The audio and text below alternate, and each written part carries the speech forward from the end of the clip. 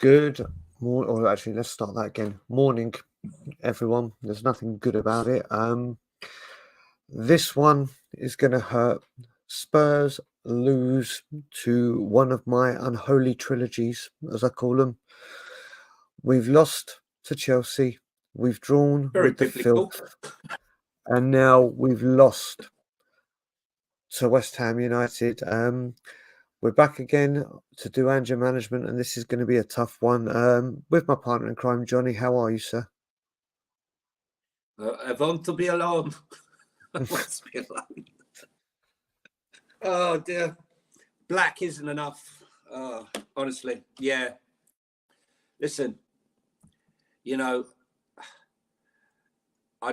we haven't won. We haven't won for 6 weeks.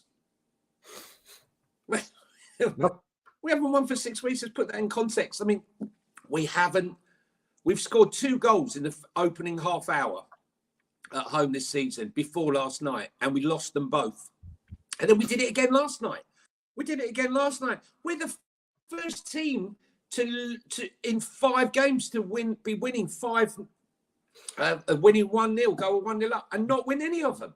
The first time in Premier League history. We seem to always manage to pull history out. I mean, we were all celebrating last week that we didn't break or equal Sheffield United's record from the 1970s by drawing against Man City to be the first team to lose 4 games in a row 1-0 up. It's too bad. I'm sorry. There's something fundamentally wrong. Who would have thought it? But let's get into this. We'll say hello to everyone. Let's say hello to everyone that's in here. Good morning to you all. I believe that's a new name, and if it is, welcome to the family. The wonderful, wonderful Kim is in the building. Good morning, Kim. Who else have we got? Ronnie. We'll be speaking about Ange Postecoglou, obviously. Ian, big up. James, good morning to you, sir. Kate, good morning. George, good morning. Who else we got in here? Christian, Wembley. Daryl is in the house. Mark, as always. My brother from Sweden, big up. Tony, Ryan McFarland, Danielle, Daniela, let's say. The wonderful Ash, good morning, as always. Colin Cross, good morning to you, sir.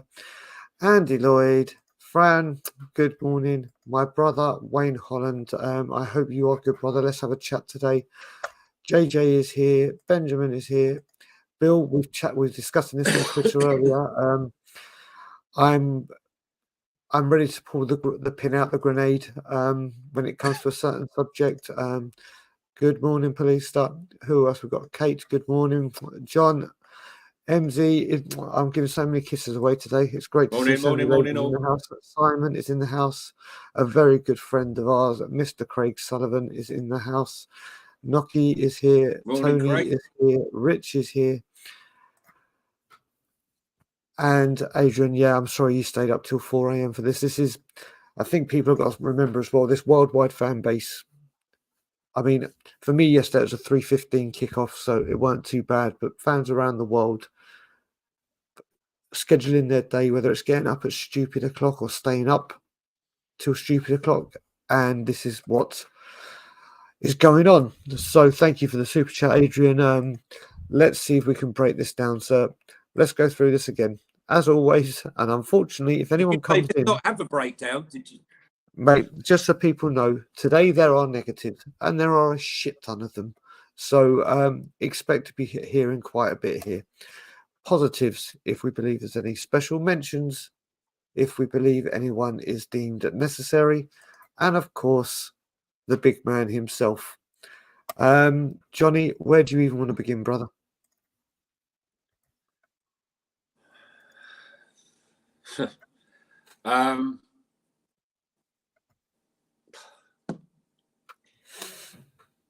Do you know, I actually, for the first time, I feel lost for words, because if I start, it will turn into a real rant. I just feel that I know this isn't the way it's meant to go, but Ange, you're telling me one thing but you're doing something else. I don't understand. We're going to be brave. We're going to attack. We're going to do all of this.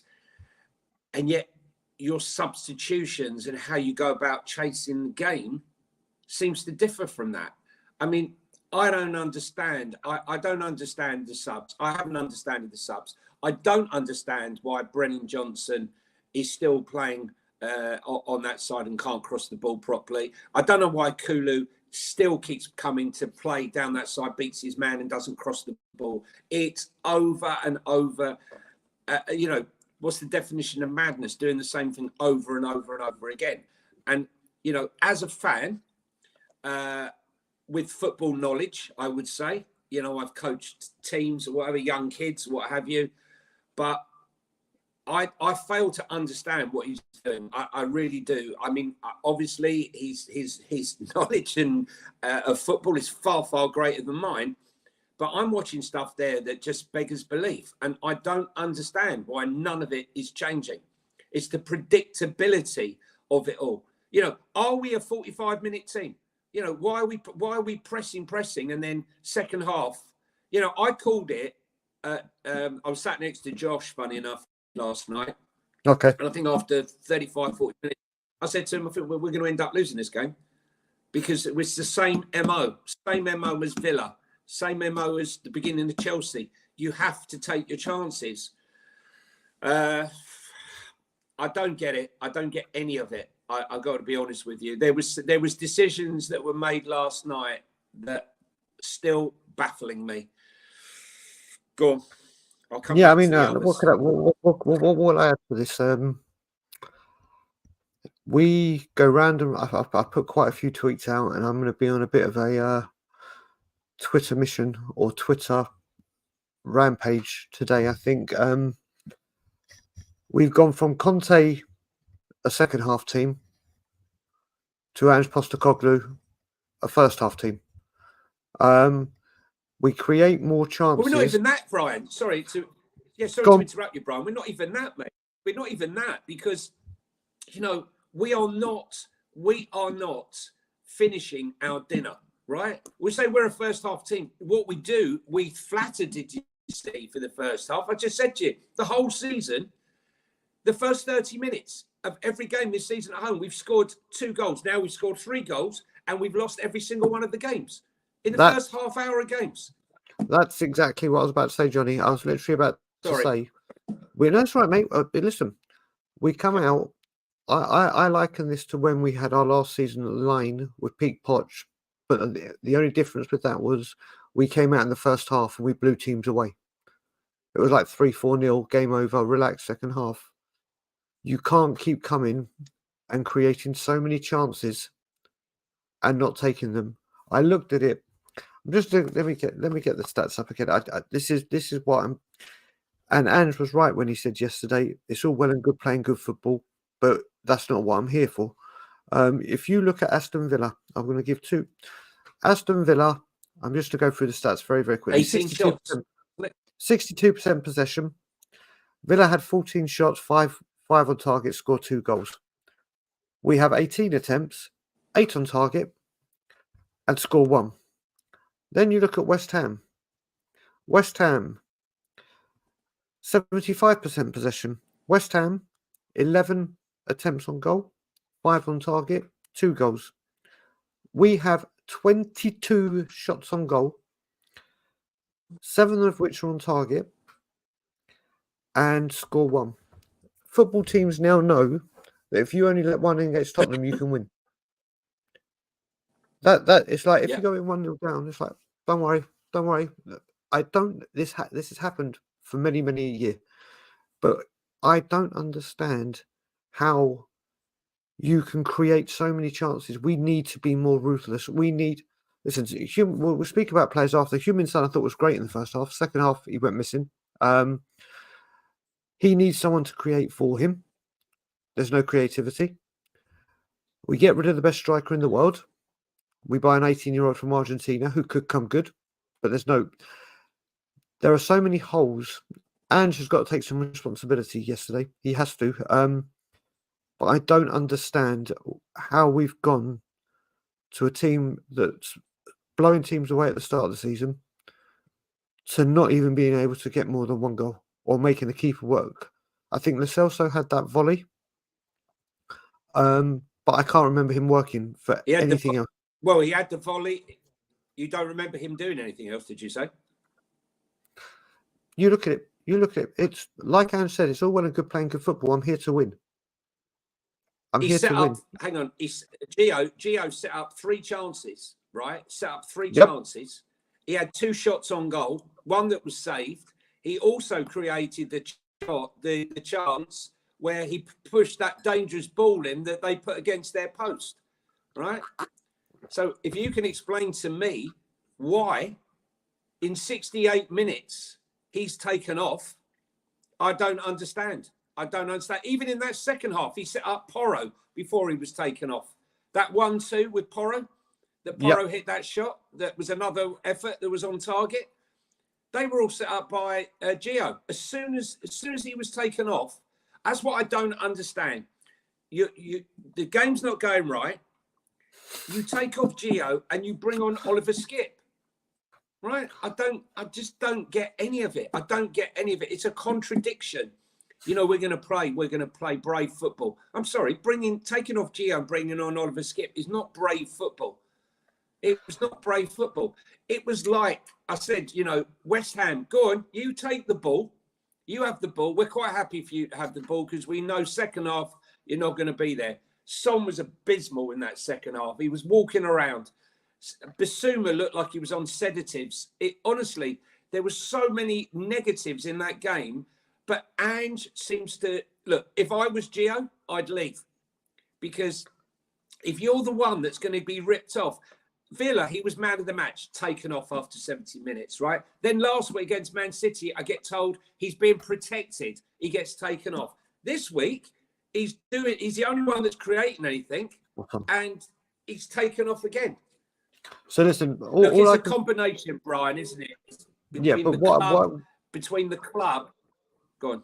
When I was about to say, when it comes to Gio, the only thing I can think of is he just is petrified of losing him during Christmas and January. With all the midfield injuries, listen, do we need to keep him on? Yes. But I think at the moment he is so petrified that he is the only piece of creativity we have. If he gets injured... Him and Porro were the only bright spot. Don't get it. You look at it, I mean, and it's also not looking very, very good for Sonny. If anyone's seen the images that are going around when he got substituted, we could have an injury to Son. But let's get back on track with negatives. Do you know what? We might as well do the negatives with the players and get this out of the way. Rather, we'll do the special mentions for the couple that deserve it. But where do you want to go? Let's do players. Well, I've got to say, first of all, the fans were poor last night. I've got to be honest. I went round to Black, what's his name, James Black. We're having a good old sing-song. And then came round to the longest bar in Europe because, you know, we might not win titles, but we do have the longest bar in Europe. Just remember that, folks. And there was no atmosphere. And I was standing by, I sit by the guy with the trumpet. No atmosphere. Hardly any. And it seemed weird, you know. Is that the realization of the fans that all is not right? I haven't, because we started so well, there's been an allowance, there's money in the bank, right, for these performances that we're having now, because obviously we've got injuries and all the rest of it. But when I was confronted with the fact that we have not won a game of football for 6 weeks, that sort of hit home with me. And I think maybe it hit home with a lot of fans. And there was just this morose mood that even because we didn't score, that they were going to come back and we were going to lose that game. It was like an inevitability about it within the fan base. Listen, you spoke about the fans. Okay, you opened it up. I'll carry it. I have to be very careful how I say this and what I do right now when it comes to this subject. But as you mentioned, I mean, obviously, you know, I won't go into that. Well, obviously, I won't because I'm in Toronto now. But I won't go into that home stadium anymore, because you look at it, like you said, we'll lose to West Ham, and I can bet you, without even being there, after the game, that goal line bar is packed, and they're all sitting there drinking. Oh no. More money to Daniel Levy. Just sit there, drink. Oh yeah, but yeah, play good football. This is what's happening. This is what is happening. I've been having a discussion with someone in the group now, Bill, on Twitter. People moan. Yeah, I know a lot of people. I know, as you know, Johnny, that leave you out, that go in there, have their season ticket, will not spend a penny in that place. Will not spend a goddamn penny. Yet we have it that they bitch and moan whilst having a pint and some noodles. As you said, there's money in the bank because we're playing good football. I put a tweet out a couple of days ago that Aston Villa terrify me. They play, and if you say anything about a rival team, oh, but they haven't had any injuries, and oh, but their away form is shit. Well, they beat us. They've won 14 Premier League games, but we've got a big problem. We've got a big problem, and people like myself and others will talk out about it until we're blue in the face, whether we get well received or not. Our message never changes, and it's repeating itself once again. Like I said, we go round every 18 months, new manager, new director of football, new players, new everything, and then we go round in a circle and end up exactly back where we started. But Johnny, before I go on a mad tyrant and go absolutely insane, and it's only 10 to 5 and people are asleep, let's deal with players. Let's deal with players, and you go first. To be honest with you, I'm going to open. I can't believe I'm having a Jaffa cake for breakfast. That's how depressed I am. A Jaffa cake for breakfast to alleviate the mood.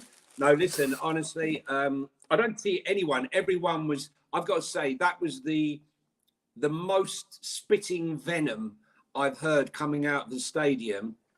Well, since Ange has been there, I've got to be honest with you. The mood was people cursing, the substitutions. Why was Gio taken off? Why is Kulu can't cross the ball? All of the things that we all can see. That's why it's a bit galling, because we look to the manager to make bold changes. He's bold. We hear all the time how bold he is, Brian, but we see none of that boldness. Why is Donnelly? You take in Wasnenbach. If you'd have done to last night, because the 2 goals were fortunate. Let's be serious. Oh, those goals were lucky. Benny Hill. Yeah, they were both lucky goals, right? Let's be honest. We had no luck. But we hit the bar and it came out an own goal, and there's going in. But there's something fundamentally wrong. Why are we getting more injuries than any other club? There's something wrong. You know, we're cutting back. Is Levy cutting back on the medical team? Because let's be honest, we're playing less games than anybody. Why are Arsenal playing high-tempo football, still running in the 97th minute and winning games late Brentford? I know we did it at the beginning of the season, but we look knackered. They played about 5-6 games more than us already. And they look fresher than us. And yet they've got very little injuries that have impacted them because they're managing their players. I don't know. It's not right. But last night, it didn't look like anyone was hanging around, Brian, for a beer and a noodle. Yeah, I think you'll find there probably was, because that's what we do. We'll go and bitch and moan about this club whilst having some noodles or some fancy chicken and a beer that floats from the bottom. But I keep going in one direction. I'm trying to stay away from that. I'll do a video on that later. Players, Johnny. Let's do negative players. And this could be a long list, but where are you starting? I'll start with Basuma. Was he on sedatives? Good place to start. I mean, you've let the club down over the last few games. You know, you've gone from probably the number one DM to almost invisible. Your commitment, the tackle. I mean, there were times there where he just stretched it, putting an arm, you know, like how when you're in the school playground and you meant to tackle your mate, you know, in the game, and you half-heartedly put a leg out. And, you know, because this is what he was doing constantly in the middle of the park. I'm not saying he had a good game, Højbjerg, that's for sure, but at least he got stuck in to a tackle and he seemed involved. He just looked subdued. You know, he didn't really pick up the ball and drive often enough. He didn't seem fired up. In fact, there were very few players that were fired up last night. But honestly, I don't understand what's going on with Bissouma. Has he got personal problems? Are we going to find out? You know, there's an overhang case to what went on before. I can't explain why someone can go from here to here in such a quick. Well, we thought initially that it was because of the yellow cards, walking the tightrope. Then he got his ban, then he came back, and then it was the same again. And I thought, well, okay, he's a bit rusty. I'm going to judge him on last night's game. And he did nothing to change my mind.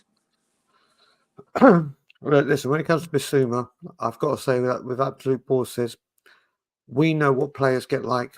And I don't blame them at all. You can blame them a bit, but he's obviously got one eye on the African Cup of Nations. It's like our Euros. He wants to represent his country. That could, not saying that could be the reason. I thought after his ban against who was it, Villa that he missed? Oh, no, Wolves. I thought once he comes back for that, we're all good. We're all good. He's got no yellow cards over him. He can go. I don't know if it's because he's not with Papa Matar. I don't know if it's not because we're not Papa Sarr and Maddison. I don't know if it's not because Romero and Van der Ven are at the back. Since that Luton game, this man has not been the same. Has not been the same, and anyone could see it. I mean, I've seen people, and there's people in the chat that are saying maybe Conte was right. And I think that may be a bit harsh, but I can see, don't get me wrong, I can completely see where it's coming from. Completely see where it's coming from. Whatever it is, he has to snap out. I agree. He has to snap out of it. You don't get man of the match in the first 3 games and look absolutely different gravy and then just drop off a cliff.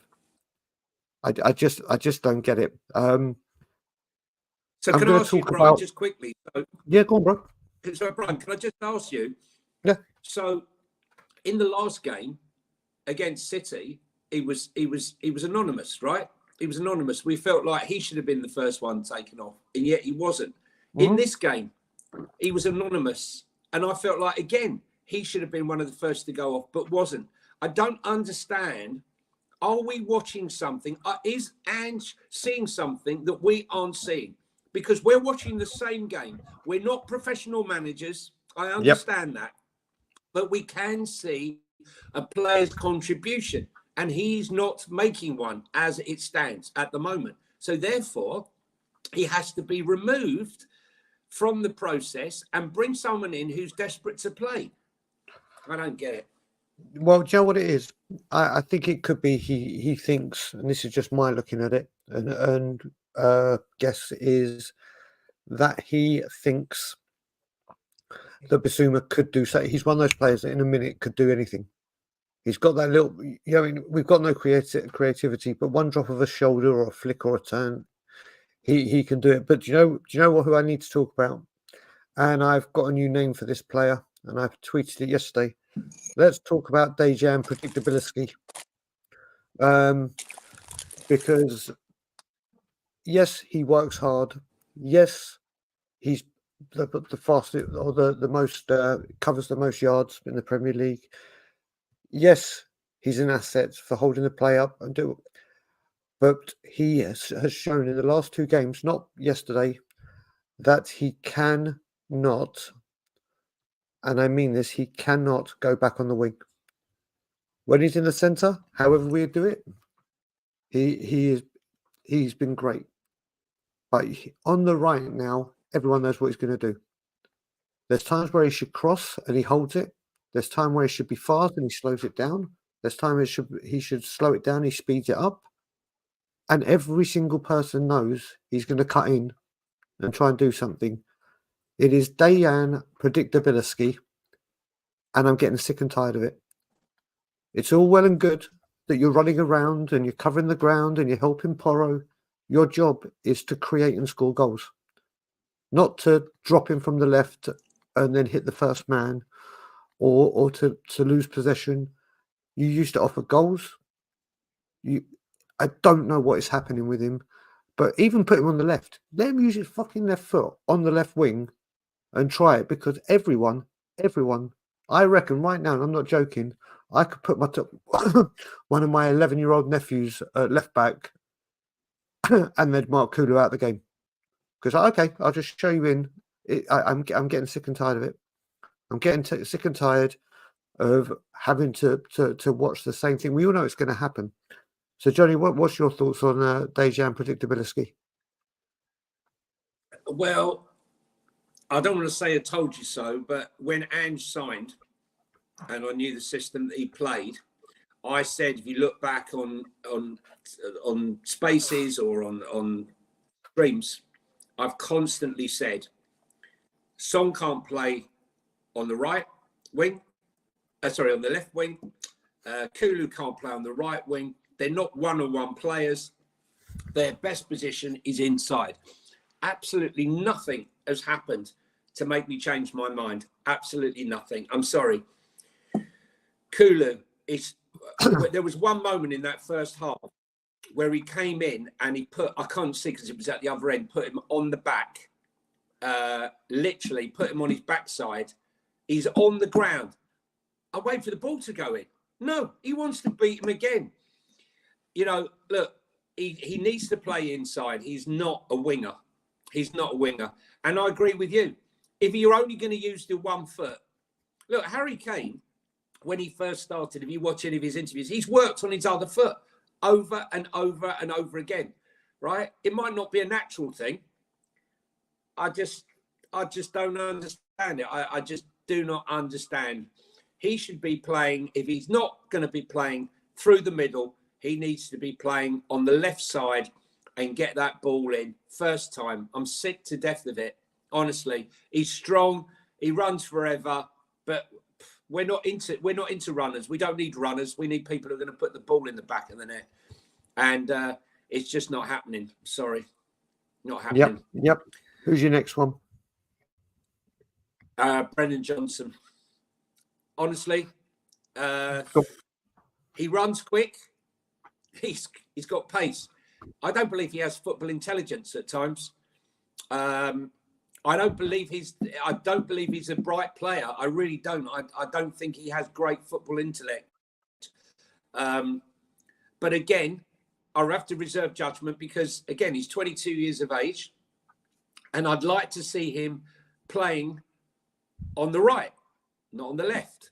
But £50 million, I said it at the time, if you were giving me that sort of money, I'm buying an Elise, who I know can beat a man ends up, who can, like Perisic, right, deliver a ball from a standing start. He doesn't need to beat his man to cross the ball. If you watch Perisic can just stand there and deliver an unbelievable ball.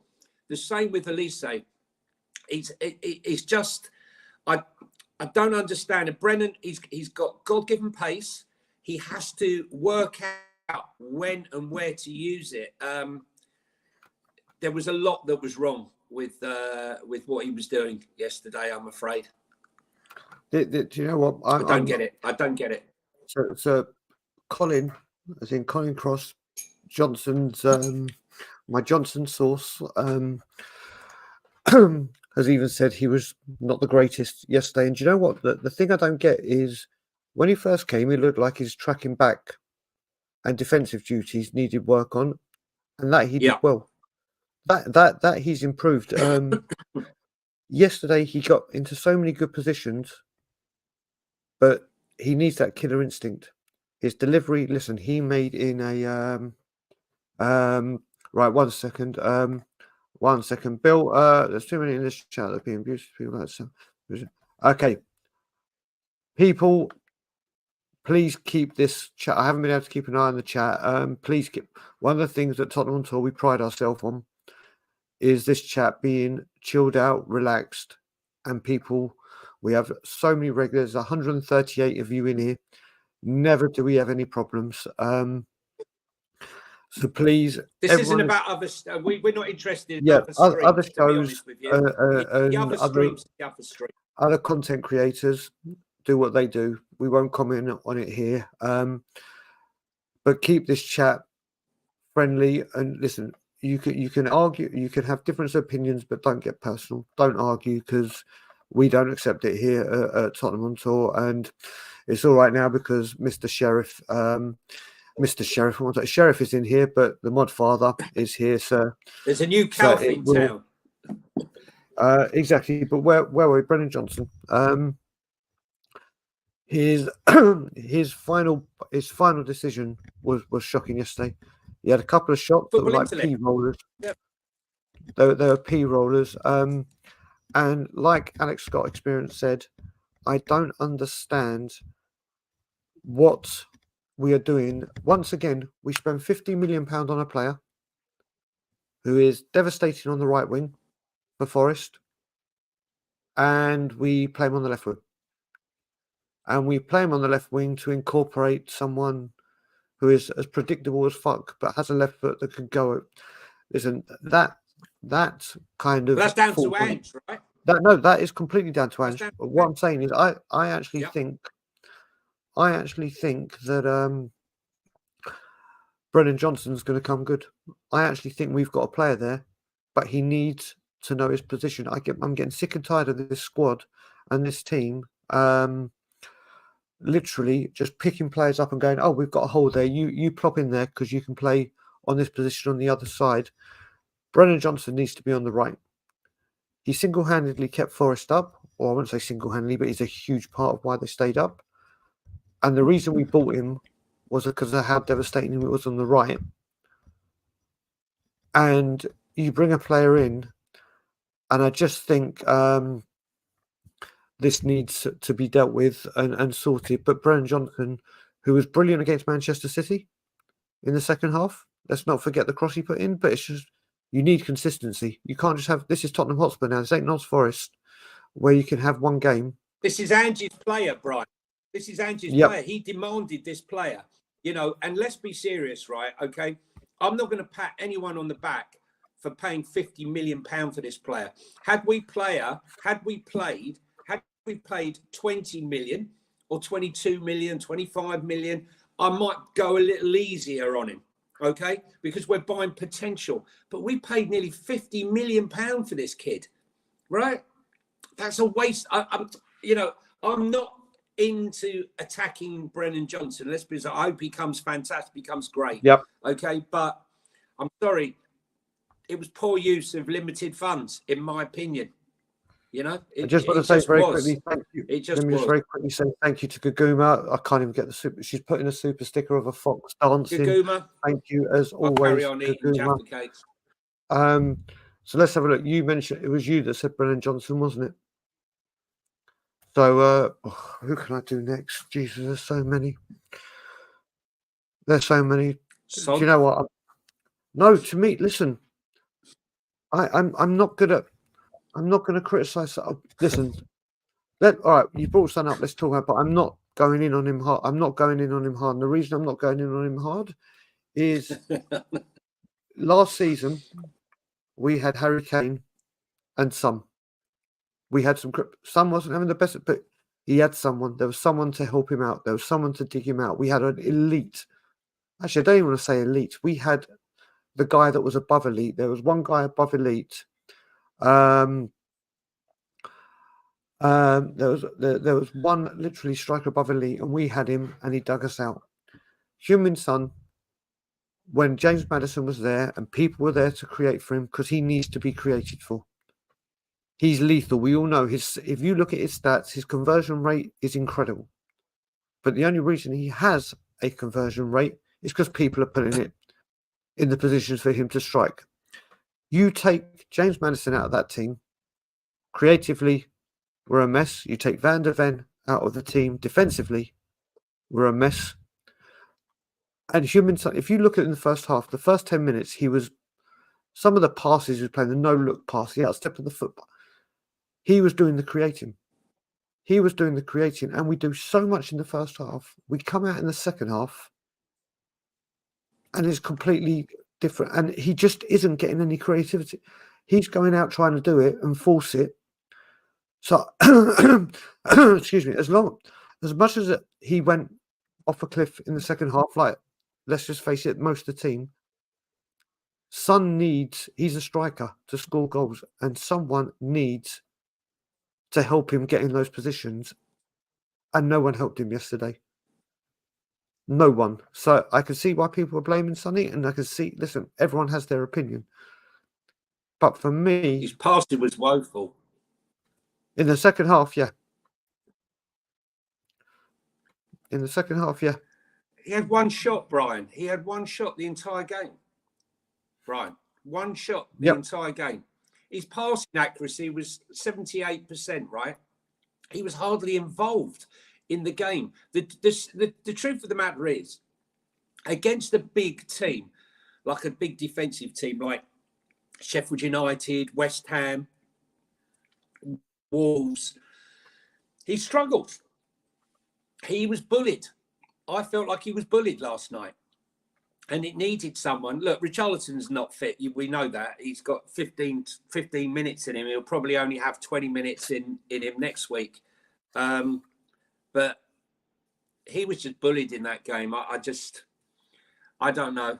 They just have the ball. Sonny can do some of his passing, even in that first half, was abysmal. But listen, he's got so much in the bank, Sonny. We know he's got a lot in the bank, and therefore, but this isn't a show to escape criticism. This is a show to talk about each of the games, the positives and the negatives. And for me, he should have gone off way before the 88th minute. Subs were too late. Far too late. Yeah, I mean, I'm going to have quite a bit to say when it comes to Ange Postecoglou with substitutes. We'll get there. Anyone else you want to talk about negatively? I mean, that we've got a list. We've got a list. Who else?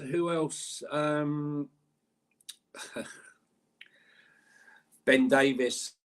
Look, let's do it. He tries hard. Look, it's not his fault.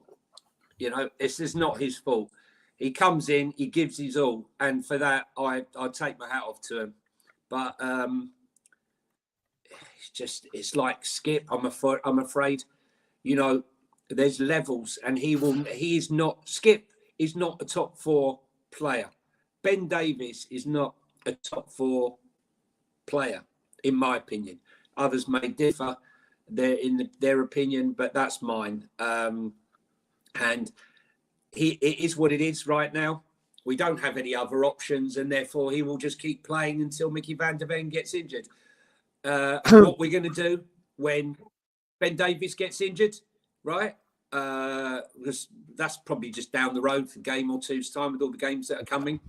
He probably hasn't had this run of games in God knows how long, playing this amount of games. So will he ever play Dorrington? Who knows? But he didn't play well, but it's not his fault. For me, I'm a little bit different to you there. I don't think Ben Davies was bad. I tell you what has become bad, that in the second half, he was our main creator.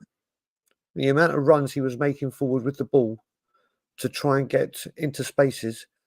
Listen, we know he's not good enough. We know we need to replace him. We know the second that Van der Ven is back, he's off. He's gone. You're back on the bench. We're talking about a player now that came as a left back under Poch, has been a left back, was left centre back in a back 3, that in his first season under Conte did well, second season slipped. Now he's been asked to be a left centre back in a back 2, which he could never do. Never do. That's not been a position he's played. And then literally, he comes in and does this, and he's just not at the level we need. He comes in and puts in a performance. He comes in. We know he's not blessed with pace. We know his faults. We know his attributes. And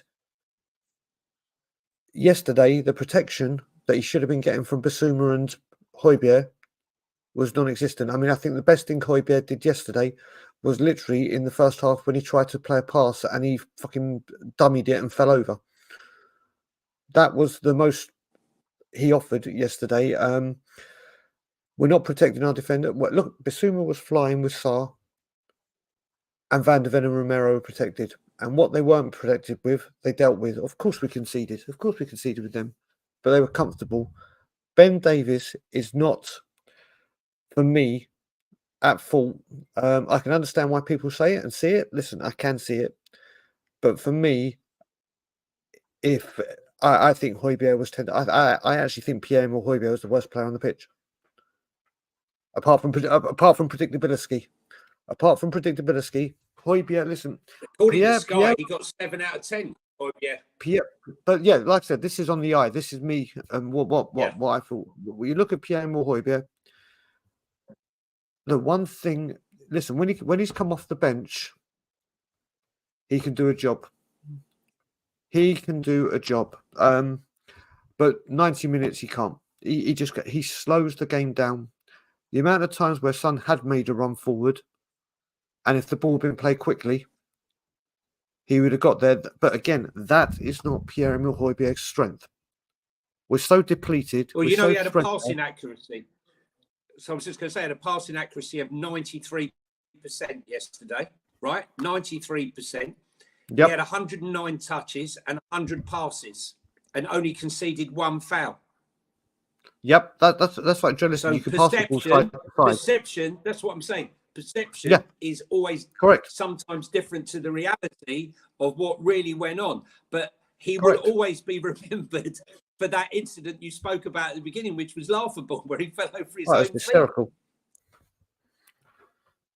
It was absolutely goddamn hysterical. But yeah, that's me with Højbjerg. I mean, you got any others you want to talk about? Udogie, he went from having a great first half to an abysmal second half.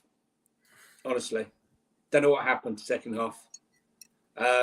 Again, he's a young kid, and I'll have to allow it.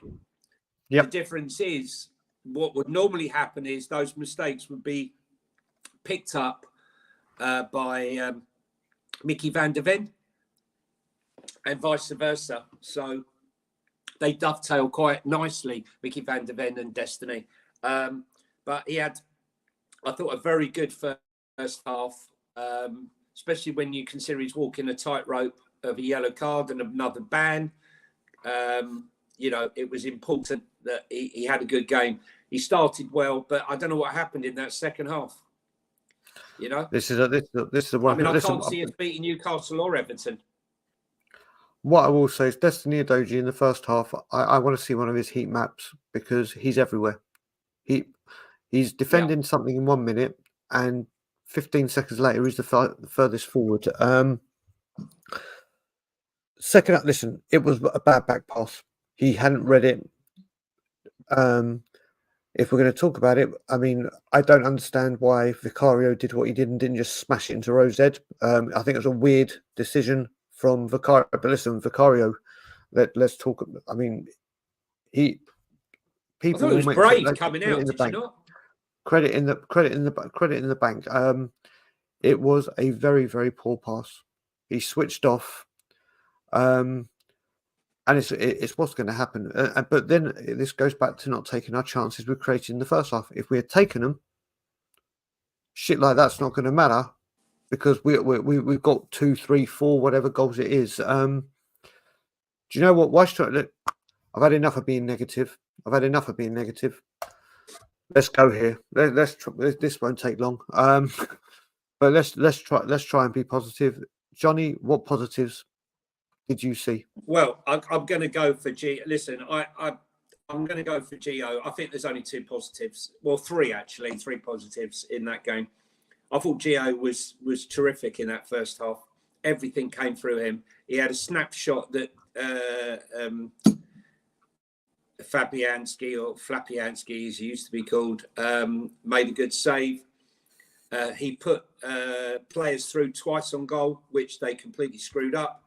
He then produced that pass for that dangerous pass from the left-hand side, which was nearly put into his own net and hit the bar, which was really unlucky. He set up Porro in the second half.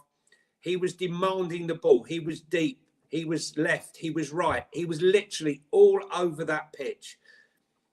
I just don't understand. You know, he is the outlet. Without Maddison, if you take him out of the team, we've seen when there's no, we saw against Wolves, you know, without him, without Maddison, and without Gio, we have nothing. And if he's not going to play Donnelly, you've got to leave the guy on the pitch.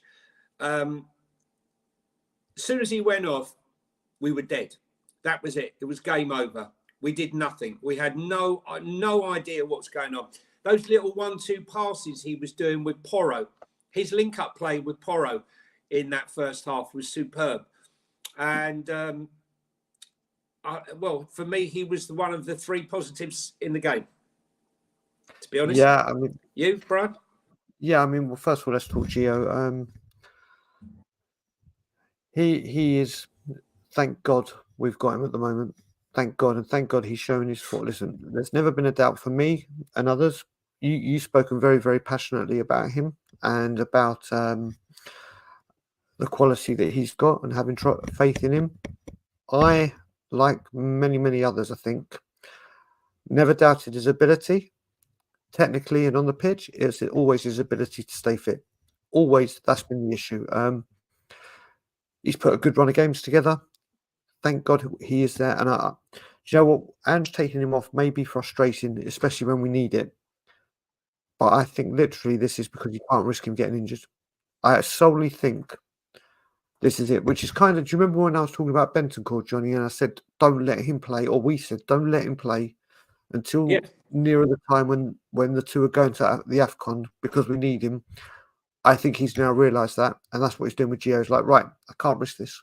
I can't have, because if he's out, Bentancur's out, Sarr and Basuma gone, that midfield, we lose everything. But it's 68 minutes, Brian. 68 minutes. Yeah. What I don't get is, right, he was building up. You know, it was 70. It was the second half against Wolves. Then against Villa, it was like 60, 70 minutes. And then it was 80 minutes. And we're back to 60. What did he get? 67 minutes or 66 minutes? And he brings on Richie and Ollie Skip for those two, yeah. And then the game was dead. The game was dead. I don't get it. The only threat was coming through him. Oh, well, no, I mean, there's another person. There's another person, and you know what? You and me, and this has become a regular thing on this show, hasn't it? Especially this show, Johnny, where we started this season criticising a certain player playing as right back. As a right back, we thought he needs to be forward. He needs to be forward. Pedro Porro, for me, is the most improved player at this football club. Correct. He for me is fantastic. Do you know what? With the way Dejan Predictability is playing right now, I would seriously think if you need to sort this and you're not going to play Johnson on the right, I would seriously think put Porro there until Kulusevski can find some form or whatever, because play Emerson Royal inverted right back. That's what we're getting nowhere. We're getting nowhere with Kulusevski. I'm going to go back to calling him his real name now. Kulusevski on the right. As soon as Porro goes down that right and starts heavily overlapping, crosses are coming in. Everything's happening. Pedro Porro was a huge bright spot for me yesterday. And like I said, we will be here on this show and we will criticise when we think of playing these criticism. But even if and I completely was straight in the Porro can't defend, Porro can't be a right back, Porro needs to be a right winger. That guy can play anywhere down the right for me. He is a huge bright spark in this, even during this dark time. You got to remember, against Wolves, he was the only one because it was Davies, Dyer, and Emerson. So he was the only one from our top back four. Gaguma, thanks for another super sticker, hun. Really appreciate it. Thank you. For me, Pedro Porro has been a shining light over the coming months and the season. And the season, like I said, the most improved player of the team. Johnny. Yeah, I mean, listen, I was quite vocal before he came about his lack of defending. I thought he was great going forward. I thought it was fantastic. His ball delivery, set piece delivery, his corners, the two corners he took before Romero's goal was superb. The shot when he was link up play with Gio, there seems to be an understanding there between the two of them. They work well together. They're both quite passionate, but his passion for winning shines through. Whereas, you look at someone like Basuma and he's just going through the motions. He just kept on and on and on. He was superb yesterday. Even in the last few minutes, he was the one trying to drive forward, trying to make stuff happen, taking the free kicks and so on. But I said right from the start, before we signed Brennan Johnson, that I would be pushing Kulu onto the left wing and I would be playing, or bring him inside Kulu, and I would be playing Pedro Porro right wing and be bringing Emerson Royal to play inverted right wing back or right back. I think he's superb in that position, Emerson Royal. We've seen that is his best position. He's really good defensively there. And we know that would leave Porro to do what he does best. And that's whip those balls in and cause havoc. And we are just not doing it. We are just not doing it. And again, I feel sometimes his position is wasted in the team. I don't understand what Ange is doing. I've got to be honest with you. I gave him lots of leeway at the beginning because he's trying to find his best team. But he's seeing the same stuff I've seen week in, week out. When it isn't working, change it, Ange. No Spurs fan is going to ridicule you for attempting to experiment with things, right? Oh, we didn't play well. He didn't play well there last week. Let's change it around. Let's try and mix it up. And I thought we saw the first seeds of that when we saw Kulu come inside. Yep. But we just reverted back to type again yesterday. I would have liked to have seen Emerson Royal come on as a sub. And like I said, and I would have liked to have seen Porro push to that right wing. Well, it's the option we have. I would have liked to have seen some gamble like... Yeah, that's what I would have liked to have seen. Give them more freedom to go forward. Instead, what happened to happen... Get it out, my words out in a minute. Because they're trying to commit going forward, how many times did West Ham in that second half play that ball over the top? We're there to be exposed. Do you know what? We'll start talking about Ange, and I've got a feeling, stay tuned, because it might go from Ange to me going on full-on Levy rant, because I'm listening and seeing comments. It's just running, and it's just getting to me, and there may or may not be. But what about Romero? Do you know what to talk about Romero? I want to talk about Romero very quickly, but let me just do these. So first of all, Brian Jones, do you think these players are going to cost Ange's job? Nope. Daniel Levy will pull the trigger, and Daniel Levy will be the reason. Daniel Levy will get another manager in. This fan base will go, oh, it's different this time. It's the last chance. This is back him this time, or this is it. And we'll go around the same fucking circle again. It's never the players every single time. It's the man up top, but this club like to blame every single other person apart from someone that's been there the whole time. I said I'm not... See, I'm getting riled up. I am getting riled up. I hope that answers your question, Derek. I'll let you answer this. Or is there a question? Here we go. Michael, Daniel Levy holds the key to my happiness and despair, and it's more of the latter. I was up at 4 a.m. to watch the Spursy game. This is what we said at the beginning, Johnny, isn't it? It's literally... Yeah. It's literally... Look. Go on. Sorry, No, I was just about to say, this is it. we We don't just normally talk over.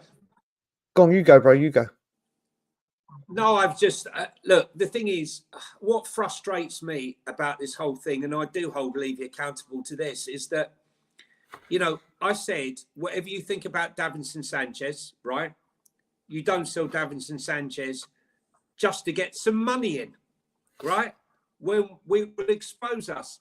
You need to get a replacement. We didn't. We got 13 million. Great, we got 13 million in. What use is 13 million when you don't have a defence, right? Okay. I said, don't get rid of Reguilon. We'll need him in case Royal gets injured, or what's the name gets injured, not Royal, Destiny gets injured, or Mickey van der Ven gets injured. We need someone on that left side. We got rid of him because we got some money in. Okay. And what didn't we do? We didn't buy another centre back. We didn't buy another striker. And we are paying for those decisions. We were talking about this before a ball was kicked. So it's not us talking about things after the event. These are things that we discussed before the event. When they were talking about selling Sanchez. Don't sell Sanchez. The high line suits him until you have a replacement. And I feel like I have to say as well, now. you just mentioned, Johnny, you just mentioned something. So I must have mentioned it as well, because you mentioned not signing a centre back. But remember, we wanted Lloyd Kelly all window, but now January's coming around, the 6 months of his contract. All of a sudden, we're worried about his injuries. All of a sudden, we knew it all last summer when we were going for him. We want him. He's going to be the replacement. Oh, couldn't agree. Shocking, we couldn't agree a fee. Then he has 6 months left on his contract. And now we're concerned about his injuries. But don't worry. Why spend money on an injury-prone player when you can recall Japhet Tanganga for free? And then you hear fans going, oh, but he'll really suit the Ange system. He's not fit. I got grief because I went mad because we pulled out of a player whose injuries record was the same as when we went for him. And they said, oh, we don't want him because he's injury prone now. Then we bring back Tanganga and all of a sudden, oh, he's perfect for Ange. He may be perfect for Ange, but he's never on the pitch. The problem we got now, Brian, is because you haven't won in 6 weeks and you haven't won in 5 games. Now, when you creep up to January, the people who are thinking about which club should I go to when you've got 5 clubs going into them, do you want to go to a club on the ascendancy or on the decline? And right now, had the transfer window been 4 or 5 games ago, we could have attracted anybody because the ball was rolling. Ange's ball was on fire. Now, the wheels have come off, due to the injuries. Let's be serious. The injuries have greatly affected what's going on here.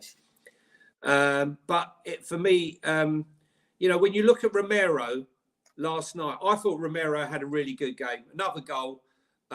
He was taking command of stuff. He was pushing people around. It's not his fault. I mean, both those goals, I think, were embarrassingly lucky. They were lucky. I mean, he boots the ball, it hits Romero, then comes off, cannons off of Davis. Yep. It was like Keystone Cops. It was embarrassing. But I thought we've missed him. And I've got to say another thing. Is every single challenge that he's going to make a yellow card? Because that challenge on Jared Bowen last night was never a yellow in a million years. They just look at him, Romero, yellow card. Yeah, of course. I mean, reputations, Johnny. But you know what? Let's deal with the man himself now. I'll just very quickly say, go on. And this is something I need to get out there and put across. Everyone that I know and my people that I do what I do with, that are staunchly probably the staunchest of Levy out. Because why do I say we're the staunchest? Because we'll get up and do things. We'll get up if there's 6 of us. We'll get up there if there's 3 of us. We'll get up there if there's 200 of us. And we always stay the same. We stay true to what we say about Levy. We do it all the fucking time. But the one thing you'll never find any of us say is we don't back a manager. Whether it be Nuno, whether it be Jose, whether it be Ange, whether it be AVB, whether it be Martin Jol, whether it be Tim Sherwood, every single one of us back our manager until they're gone. Until the moment they are sacked, we back that manager. So this talk straight away when people go, do you know what? Oh, I'm now doubting Ange. I'm now doubting this one. You can doubt what he's doing style of play. You can doubt substitutions, which yesterday I've got an issue with, and we'll come on to that. You can have a go that he's got no plan B, which is coming up right now. Conte didn't have a plan B. Poch sometimes didn't have a plan B. Harry Redknapp didn't have a plan B. But now all of a sudden, this is a big problem because this guy hasn't got a plan B. But once again, we've had the progressive managers, we've had the negative managers, we've had the defensive managers, we've had the attacking managers, we've had the bubbly managers, we've had the man managers. Same shit. Same shit happened. So people that I've seen on social media and go on TalkSport going, oh, this manager don't know what he's doing. It's 5 games. It's his first season and he's dealing with the biggest prick in football. So we need to calm down on that. Ange has, don't get me wrong, he's not out of the firing line, as in he's open to criticism. But people that are solely going after Ange and saying Ange out or whatever, what are you talking about? All right, Johnny, over to you. Listen, I'm not Ange out, not by any stretch of the imagination, because, you know, so many injuries. But I'm just really, really disappointed in his substitutions, his reading of the game. I thought he was at fault for Wolves. His team selection, it wasn't brave, it was negative. Gio should have started that game. And yet he came on, and not only did he come on, Gio, and he had the only shot we had on target in that second half, but he took away all his safety blankets, and we ended up conceding those last 2 goals. I think his in-game management against Aston Villa was weird as well. You know, we're chasing the game, we're 2-1 down. I didn't see last throws of the dice. I saw Oliver Skip coming on. I saw no offensive change. I didn't see taking a risk and putting Jamie Donnelly on. We hear stories that Ange, if you're good enough, you're young enough, it doesn't make any difference. Age isn't a barrier. Well, then why is Jamie Donnelly, who's absolutely tearing it up, not given a minute? We've seen Newcastle play a 17-year-old that wasn't supposed to be playing at any time soon, but due to injuries, he was given his chance. Sometimes, quite often in football history, through adversity, young players are given a chance by circumstances and go on to become stars, right? Earlier than had been anticipated. And the same with, what's his name? Mainu at Man United, 18 years of age. You know, they bought Amrabat for God knows how many million. And, you know, listen, Levy is to blame for not supplying him with another centre-back and another striker. That much I will level at Levy. But I'm going to tell you that I believe that the rest is on Ange. Okay? I believe that his in-game management is poor. Is poor. I don't know. You know, when I'm watching that game, I can see I'm looking at what is wrong.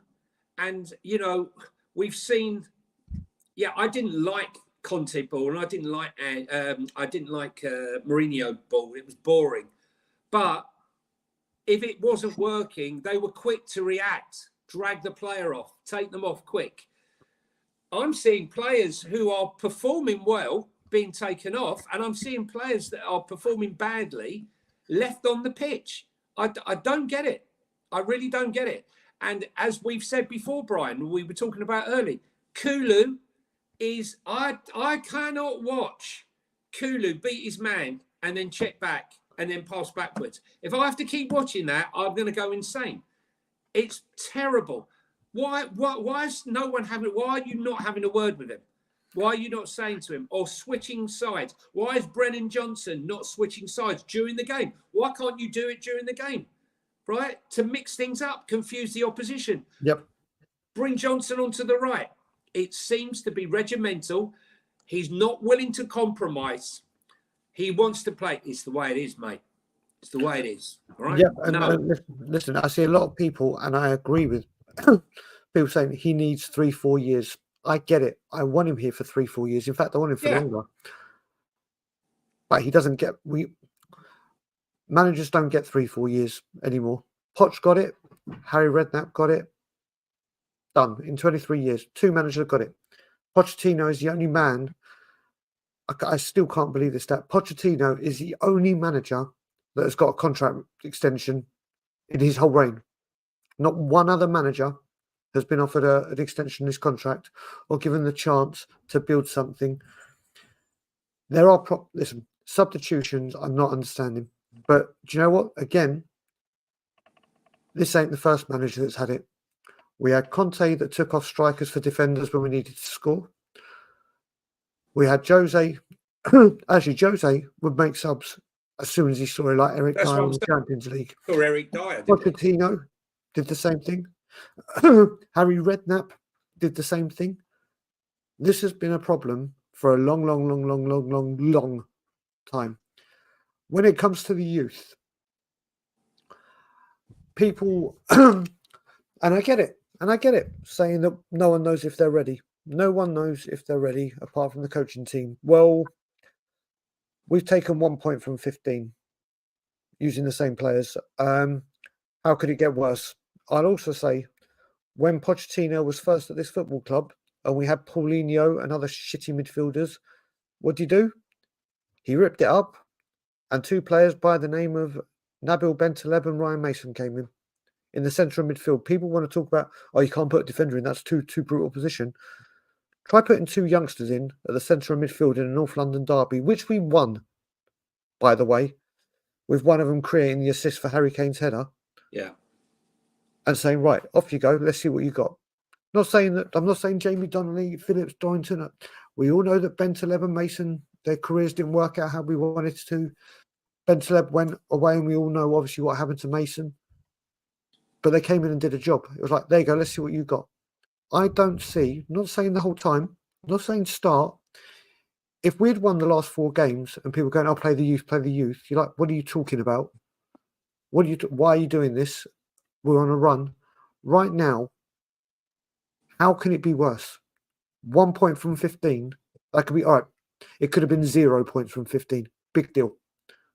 When I went to Notts Forest, when I flew back from London, and I went all the way to Nottingham Forest on that day, and we lost 2-0 in the Carabao Cup with Conte playing most of the first team, I was fuming.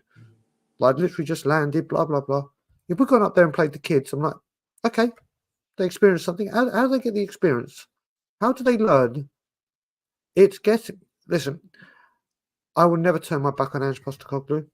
I will never say about Levy. I will never say Ange and that word. Just like I'll never say Levy and the opposite word. But you can, people got to remember, you can criticise the manager.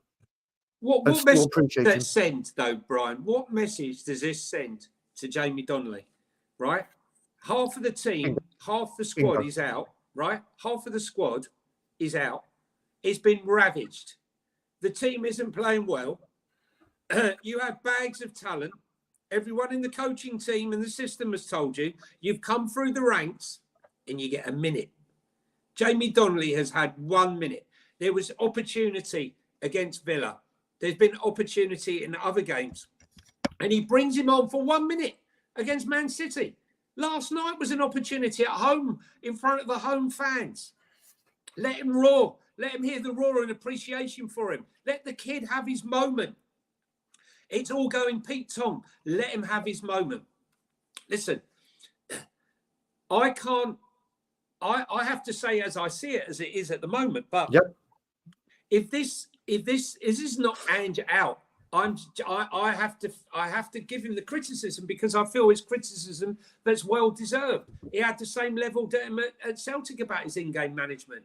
But if this was our first team, if Maddison was there, if Mickey van der Ven was there, and we had a full team, and this is what we were doing, then I'm sorry. Then then the criticism really starts. But we know that Davis is a liability. We know we got no Maddison. We know that we don't have Harry Kane. So we have to afford him this latitude in some of the things. But there's some alarm bells that are ringing. with some of these decisions. And I really do think that the message when Jamie Donnelly goes back and he talks to his friends in the youth, can't believe it didn't get on. Personally, I think this is what he's saying, right? What chance have I got here? Seriously. No, what Craig said. Alfred Devine has had to go to Wigan to get games, right? Paul They were Bell. shit last night, and Oliver Skipp came on, and he did nothing. He chases the ball and passes 2 yards. That's not what we need.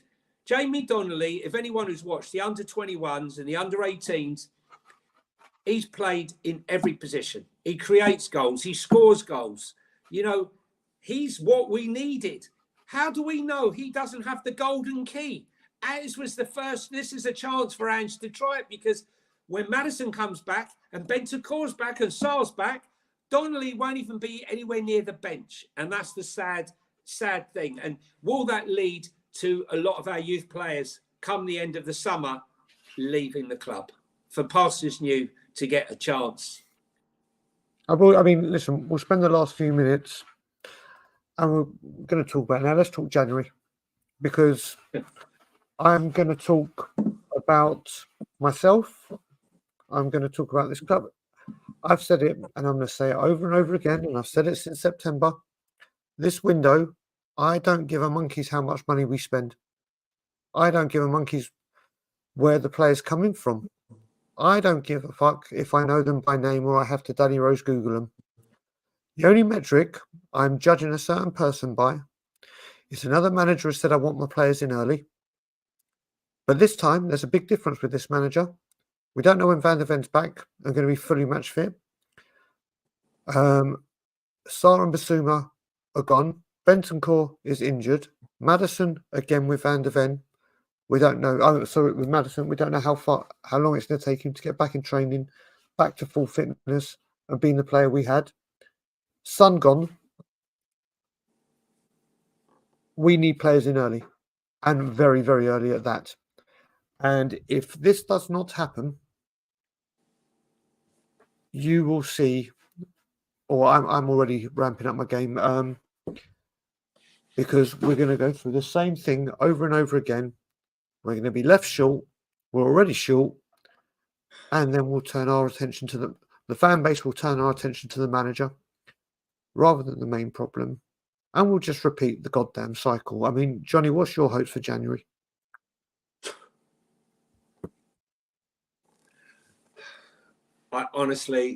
I'm hoping that Don Fabio pulls out another gem, because he has pulled out some gems, right? We got a lot of injuries, let's be honest.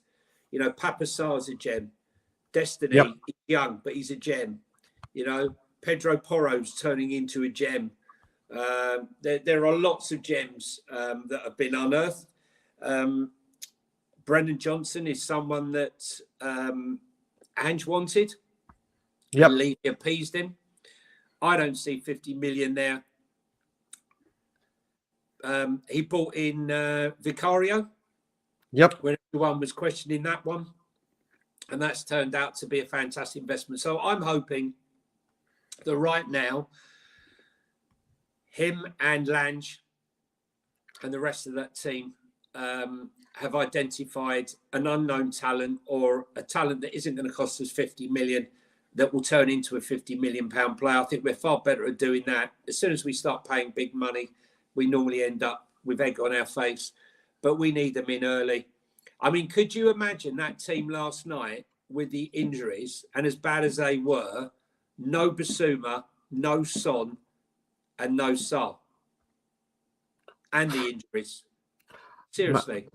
Just very quick, Johnny, just 1 second before we go back. Steve, brother, it is a massive game Sunday. You did not have to send a super chat in to ask about a preview, mate. You could have just messaged me. Thank you very much, brother, for supporting the channel. If you want to do something, let's WhatsApp later on today, brother. We'll sort something for sure.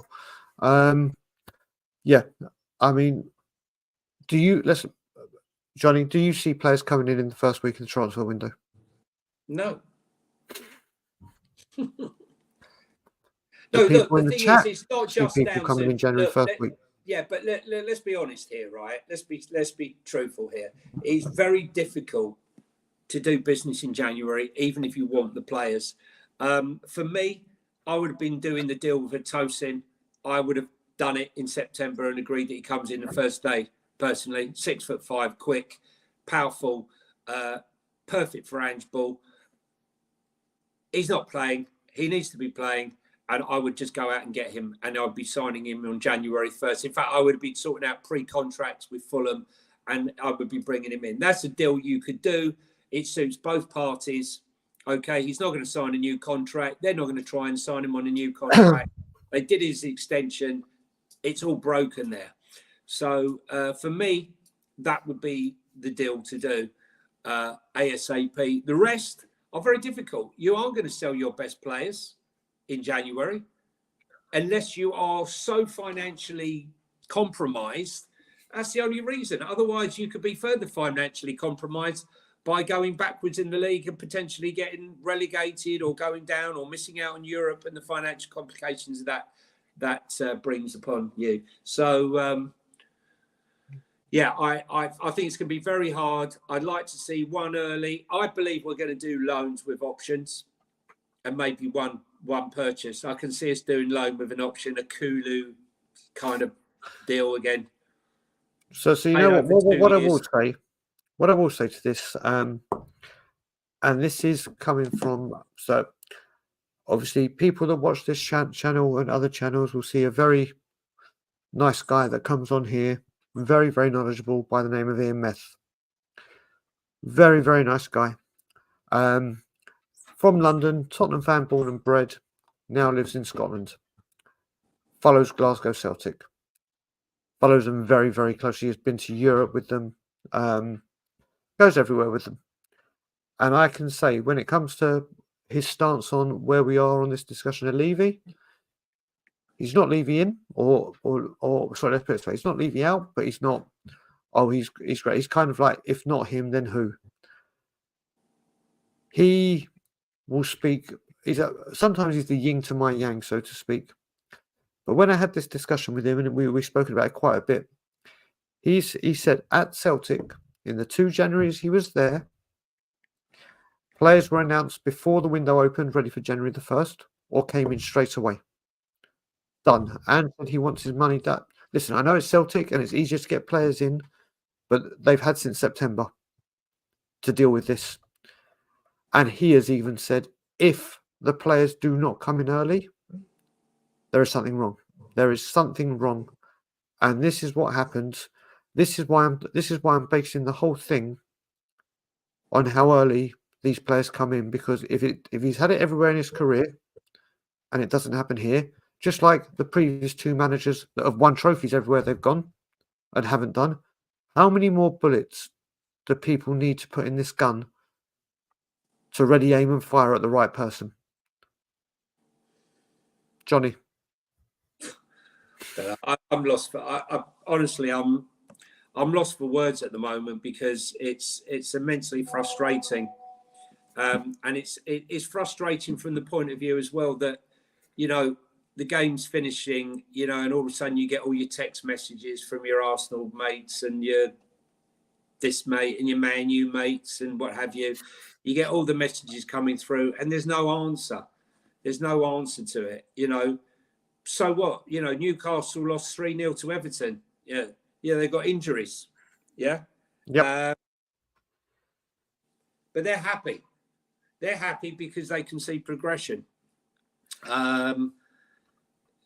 You know, they can see that there's money in. So, for example, right now, had QSI, for example, come in and invested in the club, and we knew come January we would have money to spend, the mentality of these results right now we would be saying, look, it's obviously things aren't right. We got a lot of injuries, but come January, we know that we're going to be buying players, and the mood will be slightly different. We would stick more with the plan, but right now it's the unpredictability, knowing full well that Levy's history is he doesn't back managers in the window.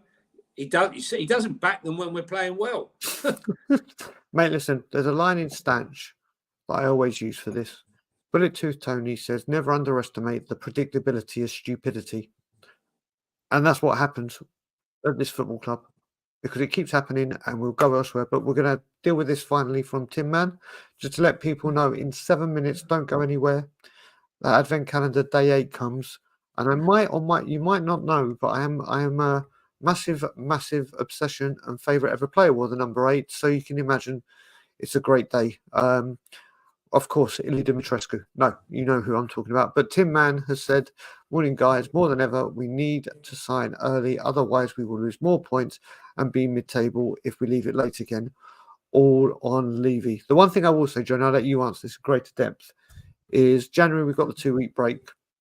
There's an FA Cup game and a couple of league games. Or Two so games. There is so there is the time to say we've got yes, early, but like I said, when it comes to losing points, we've got that 2 weeks. So there is time on our hands, but realistically game time, but not with Daniel Levy. If we have time by January the 5th, I'm going to be going up in arms. Johnny, I'm going to let you finish the question. Will we sign anyone, you're saying? Well, I'll bring the super chat up again. Just have your say on that. I think we're going to continue going down. I can see us struggling against Newcastle. I can see us struggling away at Everton. In fact, I said at the time when we lost these players that I don't know when our next victory is going to come from, I'll be honest. It's not, I don't think people are really particularly surprised, but I'd like to think when Maddison comes back, maybe in February, mid-Jan, Feb, I don't know, that we start winning games again. But can you really have a squad that's dependent on 2 players? I don't think so. I don't think you can. I mean, Arsenal have got an abundance of creative midfielders. They got loads. They got Saka. They got they've just got loads. They got Odegaard. They got Saka. They got Martinelli. They got Trossard. I mean, they got so many creative players in there. They got Jorginho. They got abundance of them. We got like a limited offer. We could only afford one. Let's have a little game. Someone just put it here. Philly, big up. Levy had his vacation in the summer. Now it goes to work. Earn his Christmas bonus the right way. He's been to the Bahamas before. Do you reckon? You got to remember, in January, a certain person's court trial starts. Yeah. Do we see a January transfer window? Oh, I've got to go to America and support Uncle Joe. No, but I mean, apparently Uncle Joe's nothing to do with the club anymore. He squirreled away the shares into a Bahamas lawyer. It's Kev. We're in a mess right now.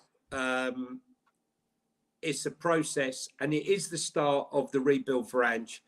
I don't think any manager, let's be honest, if Arsenal, I keep referring back to Arsenal, so apologies, but if Arsenal lost Saliba, Saka, Martinelli, Jesus, I would say a goalkeeper, but they've got about 5 of those. And Gabriel, for example, would Arsenal suffer? Would they be losing games? 100%. Would you then say, this is where I feel it's a little unfair, would you then say, well, the club's in turmoil, the club's shit, Arteta out? No, you wouldn't. But the difference is Arteta would 100% play kids, 100%. We aren't. And I feel that as well as you want to blame Levy for not bringing in players, which he should have done in August, another striker and a centre back, I blame Ange for not giving a kid like Donnelly. I'm not saying all the kids.